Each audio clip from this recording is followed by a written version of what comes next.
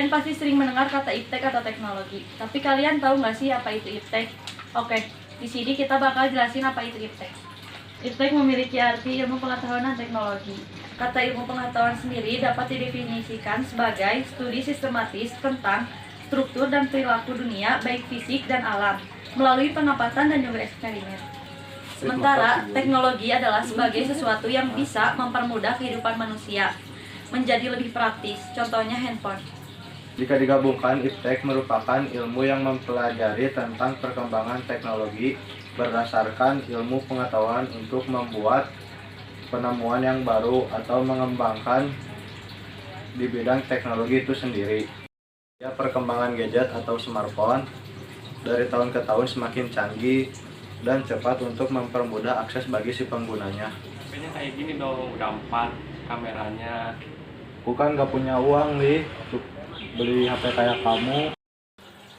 Selanjutnya, kita akan menjelaskan tujuan dari iptek.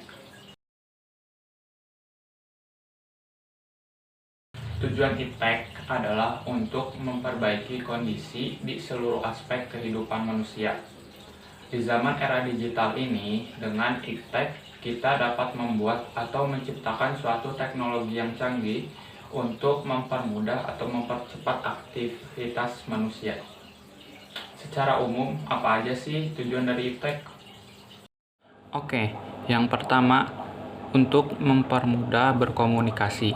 Adanya kemudahan tersebut membuat kita tetap dapat berkomunikasi dengan keluarga, teman, atau kerabat walaupun dari jarak yang jauh. Yang kedua, untuk mempermudah aktivitas manusia. Contoh, dengan adanya laptop, kita tidak perlu ribet lagi untuk menulis tangan pekerjaan. Dengan akses di laptop, yang dapat mempermudah pekerjaan menjadi lebih cepat selesai. Yang ketiga, untuk mempermudah layanan bagi manusia. Seperti adanya layanan GoFood, dengan di rumah saja, kita dapat memesan makanan hanya dengan lewat aplikasi di handphone, dan tidak perlu repot-repot datang ke tempat. Dari semakin majunya iptek di Indonesia maupun di dunia, tentu saja sudah membawa dampak bagi manusia, baik itu positif maupun negatif. Kali ini saya akan membahas terutama pada dampak positifnya terlebih dahulu. Kemajuan iptek tentu berpengaruh positif terhadap kemajuan suatu bangsa dalam berbagai aspek kehidupan manusia. Berikut dampak positifnya. Wah, mantap nih. Apple mau ngeluarin seri iPhone 13-nya. Wow. Iya nih, aku lihat tadi di IG. Katanya sih iPhone 13 yang kameranya diagonal gitu, yang beda dari yang sebelumnya. Aku baca-baca juga katanya rilisnya bulan depan, tapi masih katanya cuma di luar negeri doang. Aduh, gak sabar nih mau update ke iPhone 13. Widih, emang punya uang? Aduh, ya juga ya. Nah, ilustrasi yang pertama tadi menjelaskan bahwa penyebaran informasi dapat dengan mudah dan cepat tersebar ke seluruh dunia dengan melalui internet. Aduh, ada notif nih. Udahan dulu yuk, lanjut nanti. Ya udah kita meet dulu. Assalamualaikum anak-anak, selamat pagi semuanya. Waalaikumsalam, pagi Bu. Di pembelajaran kali ini, Ibu akan menjelaskan materi selanjutnya, yaitu dampak positif dari perkembangan iptek.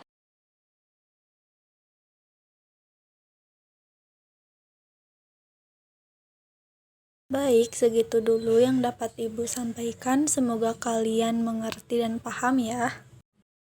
Baik, Ibu tutup. Assalamualaikum warahmatullahi wabarakatuh. Waalaikumsalam. Yang kedua, saat ini iptek sangat mempermudah manusia untuk bekerja atau belajar secara daring. Apalagi saat ini di masa pandemi COVID-19 yang mengharuskan sekolah atau kantor melakukan sistem daring. Selanjutnya, kita bakal ngejelasin nih tentang dampak negatif dari perkembangan iptek.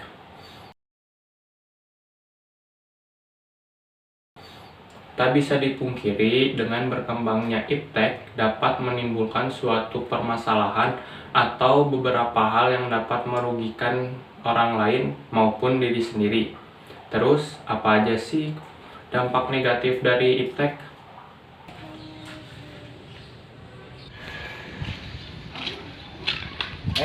Ada si Panji tuh, mampir ah.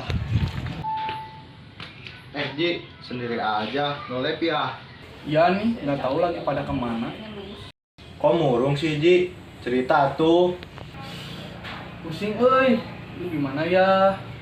Santai we Ji, si ganu kasaha. Mau cerita mah sok we. Aku mau nyari kerja gimana ya? Bingung euy. Emang ada apa Ji? Aduh, bapak aku di PHK euy. Gimana ya? Jadi nggak ada pemasukan ekonomi. Kalau cari kerja yang mudah gimana sih? Nih, aku punya caranya nih. Nih, lihat ya. Nah, aplikasi ini teh bisa dapat uang nih. Kita coba main. Jadi cara mainnya Ji cuman spin ini doang nih. Tuh. Kamu cuman spin dapat ini segini, terus spin. Oh gitu cara mainnya. Boleh juga tuh.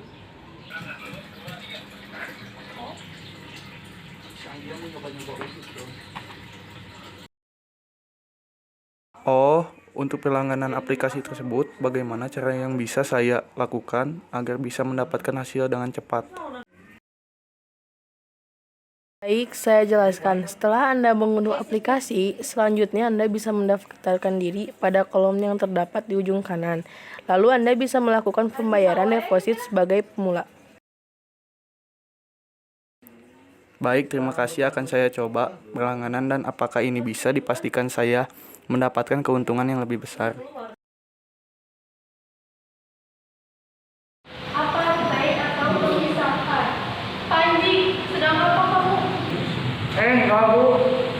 Tolong perhatikan ibu atau HP kamu ibu Sita. Baik Bu.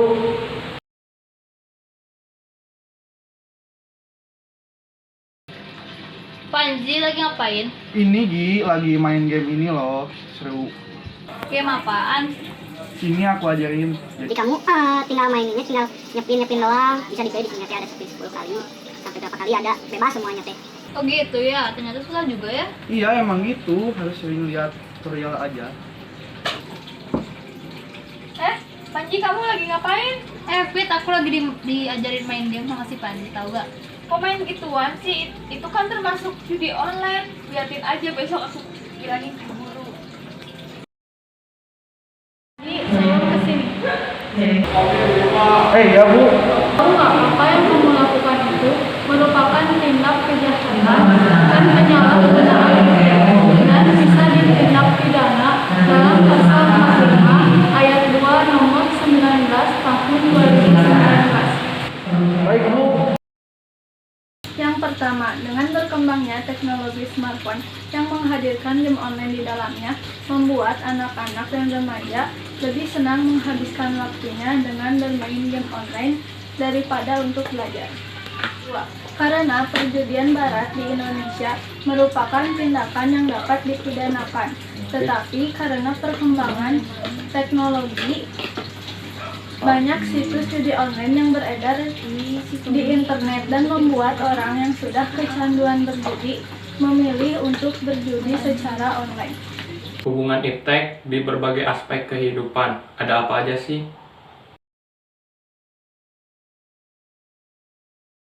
Yang pertama, ada hubungan iptek dari sisi sosial.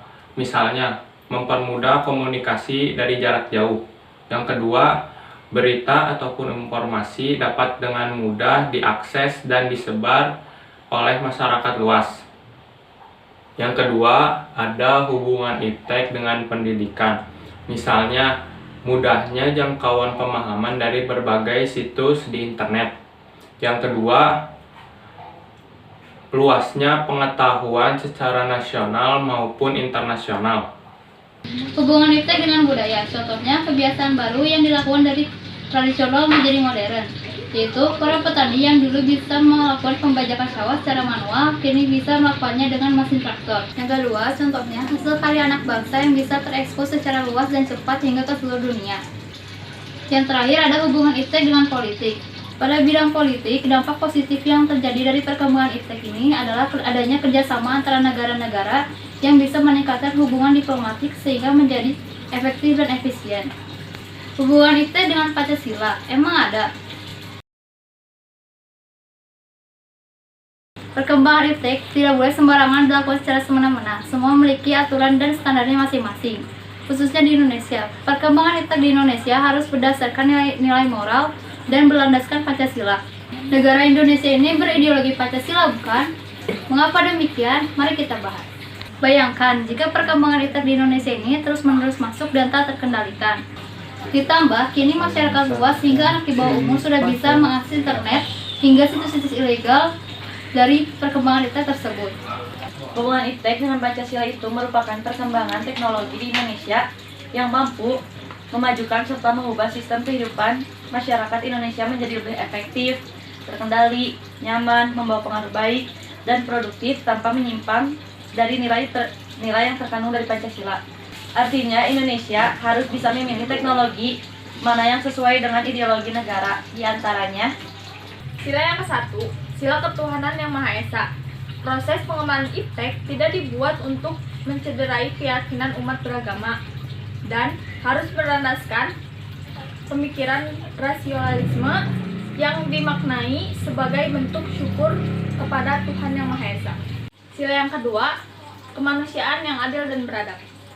Pengembangan IPTEK harus tidak merugikan manusia individual maupun umat manusia yang sekarang maupun yang akan datang, karena IPTEK dibuat bukan untuk kesombongan, kecongkakan, dan keserakahan manusia, namun harus diabdikan demi peningkatan harkat dan martabat manusia. Yang ketiga yaitu Persatuan Indonesia. Sila ini mengingatkan agar perkembangan IPTEK ditunjukkan untuk seluruh tanah air dan bangsa Indonesia secara merata, dan juga memberikan kesadaran atas rasa nasionalisme bangsa Indonesia dapat meningkat dengan adanya kemajuan IPTEK.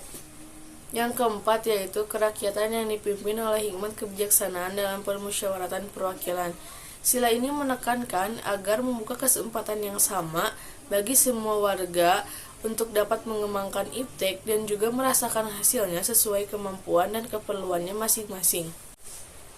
Yang kelima, keadilan sosial bagi seluruh rakyat Indonesia. Sila ini menekankan agar perkembangan IPTEK harus didasarkan pada keseimbangan, keadilan, kehidupan kemanusiaan, agar masyarakat dari berbagai golongan pun dapat menikmati hasil kemajuan IPTEK di Indonesia, bukan hanya dari kalangan atas saja. Oke, selesai sudah pembahasan dari kami. Semoga bermanfaat dan menambah wawasan bagi kalian yang menonton. Sampai bertemu lagi dengan kita di lain kesempatan. Wassalamualaikum.